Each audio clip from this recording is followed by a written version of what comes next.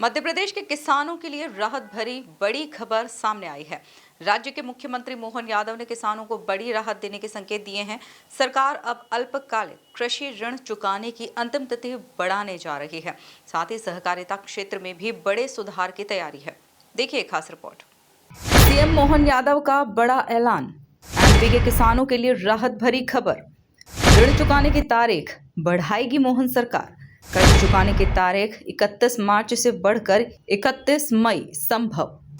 Cabinet बैठक में जल्द आएगा प्रस्ताव। प्रदेश के किसानों के लिए सरकार जल्द ही बड़ी राहत का ऐलान कर सकती है। मुख्यमंत्री मोहन यादव के मुताबिक रबी और खरीफ की फसलों के लिए अल्पकालीन ऋण चुकाने की अंतिम तिथि को 31 मार्च से बढ़ाकर 31 मई करने का प्रस्ताव तैयार किया जा रहा है।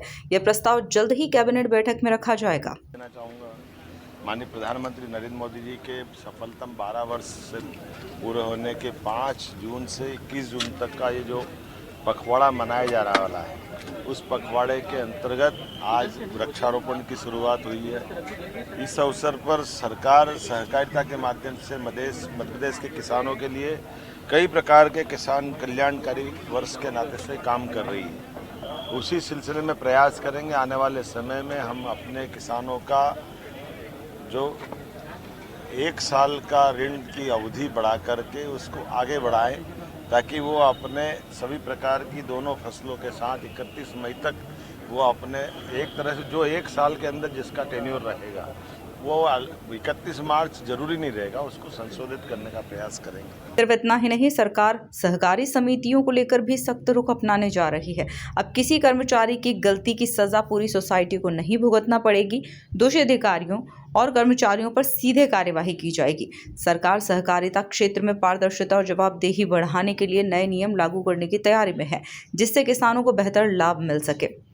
उसी प्रकार से जो सोसाइटियों में कोई कारण से अधिकारी कर्मचारियों की गड़बड़ियों के कारण से वो सोसाइटी डिफॉल्टर हो जाती है, तो ऐसे में व्यक्ति पे कार्रवाई करेंगे, सोसाइटी पे नहीं। ऐसे कई निर्णय करके हम सरकार के माध्यम से आगे बढ़ रहे हैं। विभाग इनके बारे में प्रस्ताव लाने वाला है, कैबिनेट के माध्यम से हम इसमें समाधान ढूंढेंगे और साथ साथ दूध उत्पादन में भी सहकारिता के दायरे को लगाकर न केवल दूध उत्पादन, सभी प्रकार के दूसरे क्षेत्रों में भी इंडस्ट्री से लगा करके माइनिंग तक हर सेक्टर में सहकारिता का दायरा और बढ़ाते जाएंगे।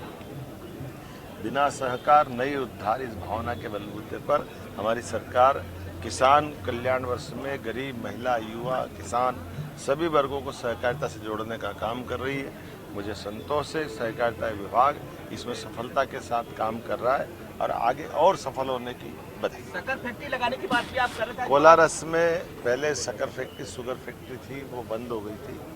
इसके साथ ही राज्य सरकार सहकारिता के दायरे को और विस्तार देने जा रही है। दुग्ध उत्पादन के बाद अब खनन और औद्योगिक क्षेत्र में भी सहकारिता मॉडल लागू करने की योजना है। कुल मिलाकर किसानों को राहत देने और सहकारिता क्षेत्र को मजबूत करने के लिए सरकार कई बड़े फैसले लेने की तैयारी में है। Bureau report, MP news, Bhopal.